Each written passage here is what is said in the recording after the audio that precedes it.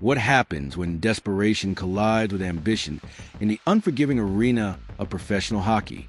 Right now, the Montreal Canadiens are living that collision in real time, and the shockwaves are reverberating throughout the NHL landscape. This isn't your typical trade deadline speculation, folks. This is a franchise caught between two competing visions of itself. The patient rebuilder preaching long-term sustainability, and the win-now competitor scrambling to fill gaping roster holes with expensive veteran band-aids. The target of their affection? Nashville Predators center Ryan O'Reilly, a 34-year-old former Conn Smythe winner whose acquisition costs could fundamentally alter Montreal's trajectory for years to come. The question isn't whether the Canadiens want O'Reilly. The question is whether they can afford the philosophical compromise required to get him. Let's establish the brutal, undeniable reality that's transformed Montreal's center ice situation from area concern to five-alarm emergency. This isn't about luxury upgrades anymore. This is about organizational survival. Alex Newhook, the promising young center acquired from Colorado, is out long-term with an injury that's kept him sidelined and watching his teammates struggle without him. Kirby Dach, the player Kent Hughes surrendered significant assets to pry away from Chicago, remains indefinitely sidelined, his return date a mystery wrapped in medical uncertainty. Patrick Laine, the sniper brought in to provide offensive firepower and goal-scoring punch, sits in street clothes, his absence creating yet another void in an already depleted lineup. Suddenly, Montreal center depth doesn't resemble an NHL roster. It looks like a medical chart from a trauma ward. The desperation has become so acute that the organization signed Alexander Texier, a player the St. Louis Blues literally bought out his contract just months ago. When you're picking through another franchise's discarded pieces just to field a competitive lineup, you're not operating from a position of strength. You're operating from a position of survival. This injury crisis has fundamentally altered the calculus surrounding any potential O'Reilly acquisition. What might have been a strategic luxury 6 weeks ago has morphed into an operational necessity. The Canadiens aren't just shopping for upgrades. They're shopping for bodies capable of playing NHL minutes at a competent level. Enter Ryan O'Reilly, stage left, carrying credentials that make this conversation far more complicated than simple mathematics would suggest. Let's dispense with the surface-level criticism immediately. Yes, he's 34 years old. Yes, his current production, 6 goals and 13 points through 22 games, doesn't exactly inspire confidence at first glance. But context, as always in hockey analysis, matters enormously. This is a legitimate Stanley Cup champion from 2019, a player who didn't merely participate in that Blues championship run. He dominated it, capturing the Conn Smythe Trophy as playoff MVP. O'Reilly understands what championship hockey demands: the sacrifice, the defensive responsibility, the two-way excellence that separates pretenders from contenders. He's been in the pressure cooker and emerged victorious. Now examine the contract structure. $4.5 million annually with a year and a half remaining. In today's inflated NHL salary cap environment, where mediocre third-liners command $3 million and genuine top-six centers routinely exceed $6 to $7 million, O'Reilly's deal represents exceptional value. It's the kind of contract that doesn't handcuff your cap structure while still delivering legitimate NHL production and veteran presence. But here's where the analysis gets interesting. Those underwhelming statistics aren't occurring in a vacuum. O'Reilly is currently playing for the worst team in the NHL, a Nashville squad sitting at 6-12-4, a franchise in complete organizational freefall after an offseason spending spree that's backfired spectacularly. They just absorbed an 8-3 beatdown from Florida, and general manager Barry Trotz has essentially thrown his hands up in frustration, openly discussing roster teardowns and checking with player agents about trade interest. Playing meaningful minutes on a dysfunctional, losing team will crater anyone's statistics. But O'Reilly's underlying metrics, his defensive responsibility, face-off proficiency, consistently above 55%, and hockey IQ remain elite. These are skills that don't deteriorate with age the way pure speed or physical dominance might.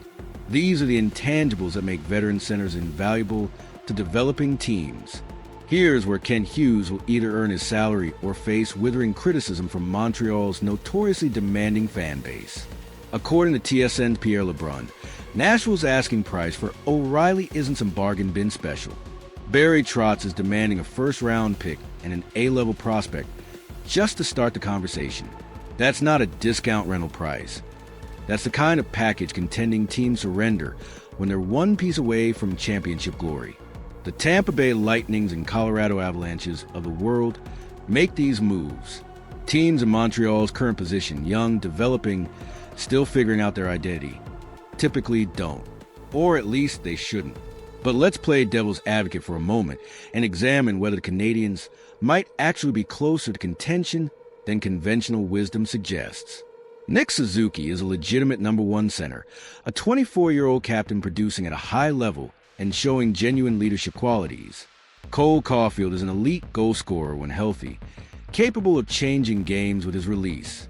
Juraj Slavkovsky, the first overall pick from 2022, is showing flashes of becoming a dominant power forward with his combination of size and skill. Lane Hutson on defense looks like a future Norris Trophy candidate with his offensive creativity and skating ability.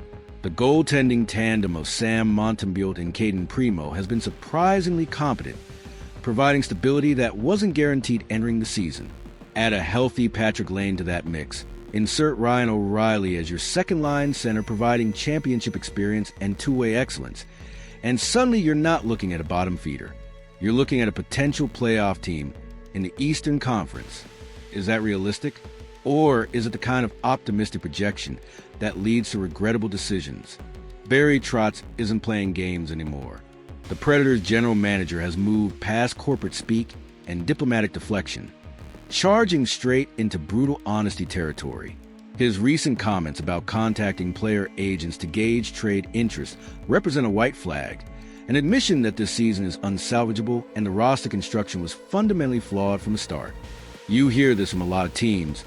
We're looking for a top six forward, Trotz stated matter-of-factly in a recent interview. You know, I have a couple of top sixes. I've talked to their agents. I just want to get a feel for things. If we get this turned around, it'll be fine. If we don't, then maybe they won't say, hey, I'm getting a little older. I want another crack at it. Can we do something? Translation: everything is available. Steven Stamkos, despite his full no-trade clause and legendary status, available. Jonathan Marchessault, the Vegas hero, they just signed a significant money, available. And Ryan O'Reilly, the most coveted piece on the roster, absolutely, unquestionably available. This creates a seller's market for Nashville, despite their abysmal record. Multiple teams are circling, which means Trotz can maintain his asking price. He doesn't need to discount O'Reilly just because the Predators are terrible. In fact, their terribleness might actually increase O'Reilly's value by making him more eager to move to a competitive situation where he can contribute to winning hockey. The veteran center didn't sign up to play for a last-place team in the twilight of his career. He wants another legitimate shot at the Stanley Cup, and Nashville can leverage that desperation to maximize their return. So here's the billion-dollar question facing Kent Hughes and the Canadiens front office. Do you pull the trigger? The injury crisis is real and immediate. Montreal needs center depth now, not next season or in 2 years. O'Reilly provides that instantly, while also mentoring younger players like Dach and Newhook when they return to action. His championship pedigree could accelerate the development of Montreal's young core by showing them what professional excellence looks like on a daily basis. The contract is manageable and expires before Montreal needs to extend their young stars to significant long-term deals. If the Canadiens make an unexpected playoff push, O'Reilly becomes invaluable in high-pressure situations where experience matters most. Even if Montreal doesn't contend this year, having O'Reilly for next season provides flexibility and veteran stability as the young core continues maturing. Surrendering a first-round pick and an A-level prospect represents significant future assets for a team still in the building phase. O'Reilly is 34 years old. The decline phase could arrive suddenly and without warning, as we've seen with countless veteran players. His current production, 6 goals, 13 points in 22 games, is concerning regardless of context and team situation. Montreal might be better served maintaining their draft capital and prospect depth rather than chasing short-term solutions that don't align with their stated timeline. The Canadiens could easily miss the playoffs even with O'Reilly, making this a wasted investment that sets back the rebuild. Other teams with better championship odds might offer Nashville superior packages, pricing Montreal out entirely or forcing them to overpay beyond reasonable limits. Here's another factor complicating this entire situation. Montreal isn't operating in a vacuum. Multiple teams are reportedly interested in O'Reilly, which means this could quickly escalate into a bidding war that prices the Canadiens out of contention entirely. Contending teams with genuine Stanley Cup aspirations, the Carolina Hurricanes, Dallas Stars, Edmonton Oilers, and others, might be willing to exceed Nashville's asking price, offering multiple picks or higher-tier prospects to secure O'Reilly's services. If you're Kent Hughes, do you really want to get into an auction against teams with legitimate championship windows? Those franchises can justify overpaying because they're genuinely one piece away from hoisting the Stanley Cup. Montreal doesn't have that same urgency or justification. This market reality might ultimately make the decision for Hughes. Even if he wants O'Reilly and believes a veteran center fits Montreal's needs, he might get priced out by teams with deeper pockets and more immediate championship timelines. There's no shame in recognizing when you're outbid, but there's significant risk in overpaying just to win a negotiation. The worst-case scenario isn't losing out on O'Reilly to another team. The worst-case scenario is overpaying for O'Reilly, surrendering assets beyond reasonable value, and then watching him decline rapidly while the prospects and picks you traded away flourish elsewhere. Ryan O'Reilly to Montreal makes sense on multiple levels. Veteran leadership, affordable contract, championship experience, immediate positional need. But it also represents a fundamental philosophical shift for a franchise that's preached patience and long-term thinking since Kent Hughes took over as general manager. The injury crisis has forced Montreal's hand, accelerating their timeline, whether they wanted it accelerated or not. Sometimes circumstances dictate strategy rather than the other way around.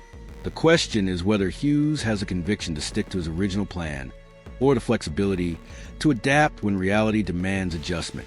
If Hughes believes his core is closer contention than the standings suggest, if he thinks O'Reilly's presence could catalyze development and create a winning culture that accelerates the maturation process, then the price, steep as it is, might be justified. Championship windows are unpredictable and often shorter than expected. Sometimes you have to take calculated risks when opportunity presents itself. But if this is merely a panic move, a reaction to injuries rather than a calculated strategic decision aligned with long-term organizational goals, then Montreal risks mortgaging future assets for minimal present-day gain.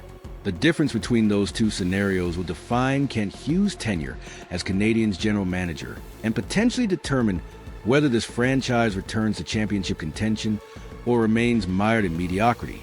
One thing is absolutely certain. The hockey world will be watching closely as this situation develops over the coming weeks. Nashville needs to sell. Montreal needs to buy. And Ryan O'Reilly, the 34-year-old championship center caught in the middle, represents either the missing piece that transforms Montreal's trajectory or an expensive mistake that sets back the rebuild by years. Time, as always in hockey, will reveal which narrative proves accurate. What's your take on this situation? Should Montreal go all in on O'Reilly despite the steep asking price? Or is this trade too risky for a franchise still in the building phase? Does the injury crisis justify abandoning the patient approach? Or should Hughes stick to the long-term plan regardless of short-term setbacks?